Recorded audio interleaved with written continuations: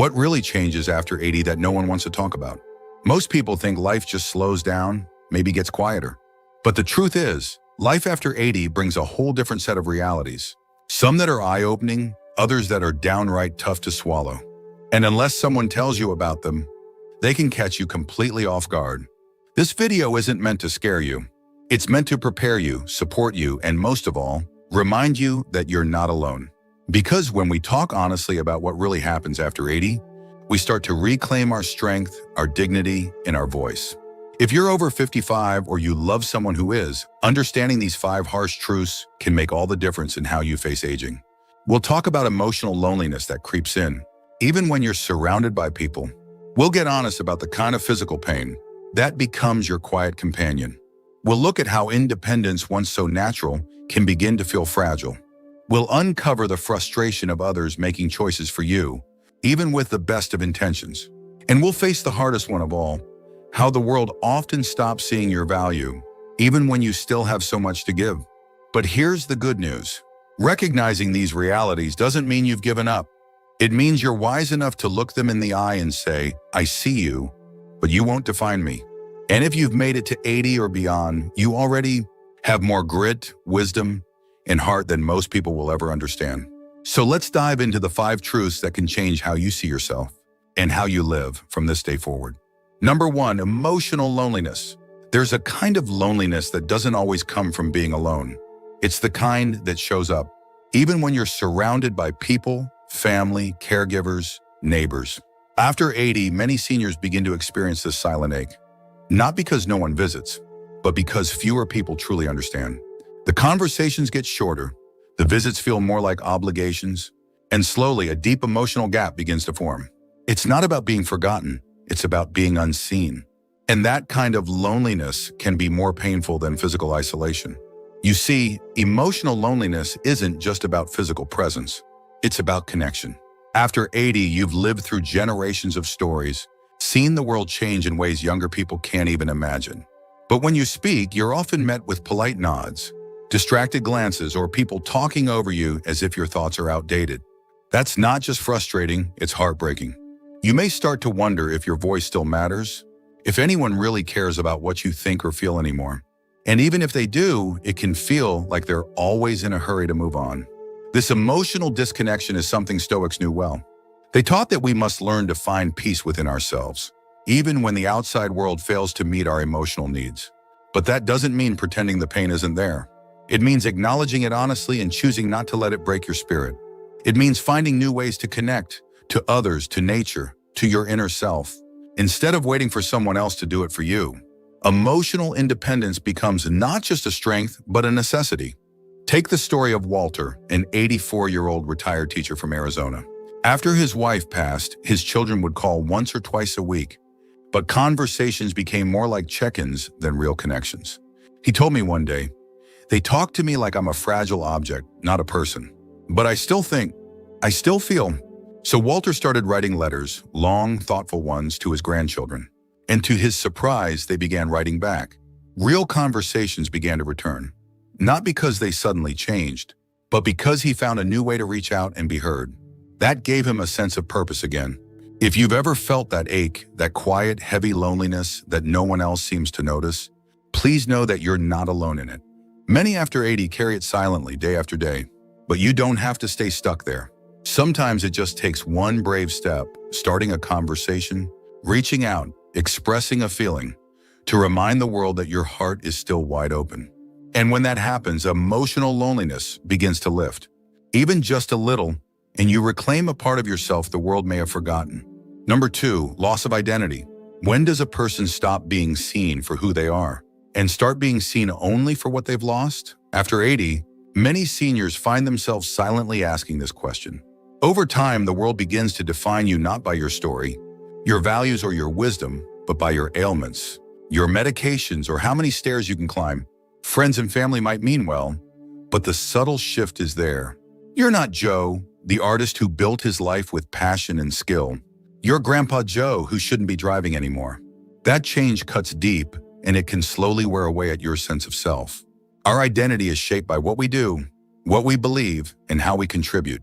But when the body slows down and society starts treating you like a fragile vase rather than a vibrant human being, something in your spirit starts to retreat. Suddenly, you're not asked for your opinion as much. Decisions are made for you instead of with you. And somewhere along the way, you begin to question if you're still you. Now, Stoic philosophy reminds us that our core self, our character, our virtues, our inner peace, remains untouched even when our roles in society change. It teaches us to focus not on how the world sees us, but on how we choose to see ourselves. That's easier said than done, especially when every interaction subtly nudges you toward becoming invisible. But it's possible, and it's powerful. Consider Eleanor, an 82-year-old woman from Oregon, who spent her life running a small bakery. After retiring, people stopped asking about her recipes, her opinions, or her advice. She felt like a ghost in her own home, so she started something small. She began journaling her life lessons, one each day, for her granddaughter. A year later, that journal became a blog, and then a printed memoir shared by her community library. Eleanor didn't ask to be seen. She chose to be seen again by showing up as herself, loudly, boldly, and unapologetically. Losing identity after 80 isn't about forgetting who you are. It's about remembering that your worth doesn't expire just because your pace has slowed. You are still the sum of everything you've lived through, fought for, and believed in. And sometimes it takes a quiet rebellion, a decision to speak, to write, to create, or simply to stand your ground, to remind yourself and others that you're still here, still valuable, and still undeniably you. If you're still watching this video and finding these insights valuable, please comment number 2 below to let me know you're here. And if you haven't subscribed yet, I recommend you subscribe and turn on the bell so you don't miss any videos. Your support helps us continue creating good content to inform and inspire you. Now let's move forward. Number 3, isolation and emotional disconnection. What happens when the phone stops ringing, the doorbell goes silent, and the conversations you once looked forward to become fewer and farther between? For many people over 80, this is the reality they wake up to every day. Loneliness isn't just a feeling. It's an ache that settles into your bones when meaningful connection starts to disappear. And often it's not caused by a lack of love, but by the slow fade of presence, physical, emotional, and social. At this stage of life, many friends have moved away, become ill, or passed on. Family members, though they care, are often busy or far away. And for some, their own health issues make socializing difficult. Over time, it becomes easier to stay in, to turn down invitations, or to convince yourself that you're just not up for it today. Before you know it, the walls of your home begin to feel like the edges of your world. But here's the hidden truth. Human beings are wired for connection, no matter their age. The heart doesn't age the same way the body does. The need to feel understood, valued, and emotionally close to someone doesn't fade. With time, it actually grows. According to many psychological studies, seniors who maintain strong emotional bonds live longer, experience less cognitive decline, and report greater levels of life satisfaction. Yet the system rarely encourages or supports these connections after 80. Society often assumes you're too old to care, when in fact, it's the time you need connection the most. This emotional disconnection can quietly erode your will to engage with the world. You might start skipping social events, meals become quieter, and you stop initiating calls because you're afraid of being a burden. But Stoic wisdom offers a different path. It teaches us that while we cannot control others' presence, we can choose how we show up to the world, even in solitude. Reaching out, writing letters, volunteering in small ways, or simply engaging with a neighbor can reignite that emotional spark. Take Leonard, a retired mechanic in his early 80s living in Colorado. After his wife passed and his children moved to different states, he went almost 2 weeks without hearing a familiar voice. He felt invisible. Then one morning, he noticed a neighbor struggling to fix a mailbox. Leonard offered to help. That one simple act led to a weekly routine of small favors, coffee chats, and eventually a renewed sense of belonging. He didn't need a crowd. He needed connection, and he built it, one hello at a time. The hardest part about aging isn't the physical slowdown. It's the emotional silence. But even in that silence, there's power. Power to reach out, power to reconnect, and power to remind yourself that you still matter. Not just in memory, but in the lives of others, here and now. Number 4, loss of autonomy. What do you do when you can no longer decide what to eat, where to go, or even when to sleep? After the age of 80, Many seniors face a quiet but deeply unsettling shift, the gradual erosion of autonomy. It often begins with small adjustments. Someone else starts handling the groceries. Your children step in to schedule your doctor appointments, or a caregiver decides when it's time for a nap. While these actions are well-intentioned, they slowly chip away at something far more precious than convenience: your independence. Autonomy is not just about doing everything yourself. It's about having the right to choose how your day unfolds, even if help is needed to carry it out. When that choice is taken away, or even subtly discouraged, it can feel like the world no longer trusts you to manage your own life. And over time, that leads to a deeper emotional toll: helplessness, frustration, and the quiet erosion of self-worth. Psychologists refer to this as learned dependency. When people are repeatedly told, through words or actions, that they can't be trusted to decide or act for themselves, they begin to internalize that belief. Seniors begin to say, "I'll just let them handle it," even when they still have the mental and physical capacity to participate. This passive stance doesn't just affect mood, it can speed up cognitive and physical decline. Stoic philosophy reminds us that our dignity lies in our response, not in our circumstances. Even when certain physical freedoms are limited, the freedom to choose our attitude, to speak up, to participate in decisions about our own care, remains sacred. As Epictetus wrote, "You may fetter my leg, but not even Zeus can get the better of my will." Take Clara, an 83-year-old former nurse from Illinois. When she moved in with her daughter's family, she was grateful, but also quietly overwhelmed. Every meal, every outing, even what clothes she wore were decided for her to make things easier. For months, she smiled and nodded, not wanting to be a burden. But inside, she felt invisible. Eventually, she sat her daughter down and said, "I may be slower, but I'm not gone. Let me be part of the decisions again." That conversation transformed their dynamic. Clara now picks her own outfits, helps with meal planning, and even chooses her own physical therapy routines. The shift was small, but the impact was enormous. Autonomy after 80 doesn't mean doing everything alone. It means being heard, being involved, and being respected. It means recognizing that your experience, your choices, and your voice still hold weight. Even if your body can't move like it used to, your mind and heart are still fully capable of steering the ship. If you're still watching this video and finding these insights valuable, please comment number 4 below to let me know you're here. And if you haven't subscribed yet, I recommend you subscribe and turn on the bell so you don't miss any videos. Your support helps us continue creating good content to inform and inspire you. Now let's move forward. Number 5, disappearing social identity.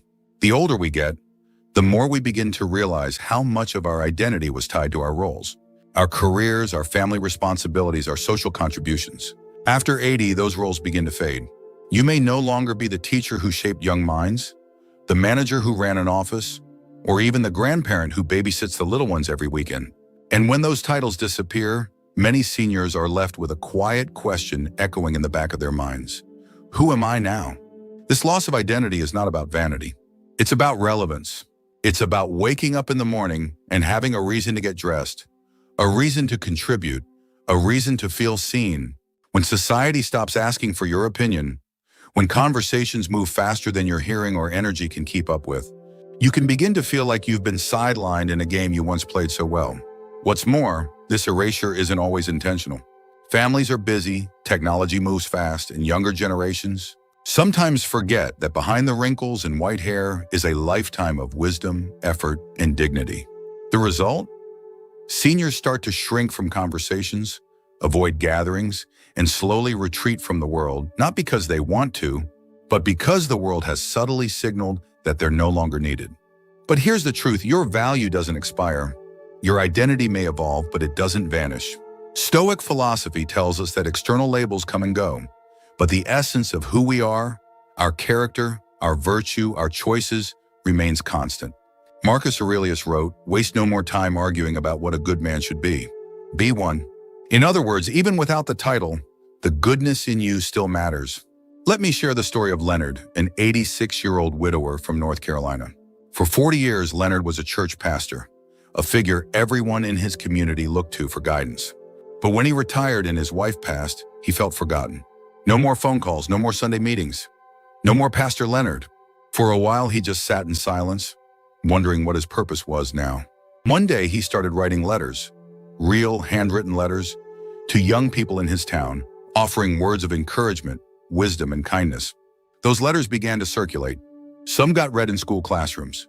Others were shared on social media by grateful parents. Suddenly, Leonard's identity wasn't retired pastor anymore. He was the man whose words bring peace. His role had changed, but his value never did. The lesson is this: after 80, your identity is not about what you used to do, but about who you still are. You are still someone with stories to tell, lessons to teach, and love to give. Your presence, your perspective, your voice, they still matter. So if the world forgets to ask for you, don't be afraid to remind it. Show up. Speak up. Step back into the light. Because disappearing is not your destiny. Being remembered for who you truly are is. Final thoughts. Living beyond 80 is a gift, but let's not pretend it doesn't come with its own set of heavy truths. It's not just about aching joints or slower steps. It's about how time quietly rearranges your life, often without asking. It's about facing the silence when old friends are no longer around. It's about realizing that some parts of you, the roles, the energy, the certainty, have shifted. And yet, here's what's even more true: life after 80 is not the end of meaning. In many ways, it's the beginning of something deeper. What truly matters now isn't how fast you can walk or how many names you remember. It's how you carry yourself, how you treat others, how you continue to show up for yourself. These so-called harsh realities aren't there to discourage you. They're there to remind you that you are still in charge of your inner life. You still have the power to choose how you respond, how you connect, and how you live each day, even when things get harder. Because you've made it this far, not by accident, but by resilience. And even now at 80 or 85 or beyond, there are people who need you, your voice, your story, your presence. Don't underestimate the power of simply being who you are right now in this season. So as you move forward, I encourage you to reflect on what these 5 realities reveal, not just about aging, but about living, about what you can still create, still give, and still become. Life didn't stop at 80, it simply changed shape, and your role in it is still unfolding. Thank you for joining us today. We'd love to hear from you. Leave a comment below and share one thing you learned today and how you plan to use it in your life. Your thoughts are important to us, so don't hesitate to share them. Reading your comments gives us great motivation and encouragement. If you enjoyed this video and found it helpful, please like, subscribe, and share. Your support helps us continue creating good content to inform and inspire you. Thanks for watching, and we look forward to seeing you in the next video.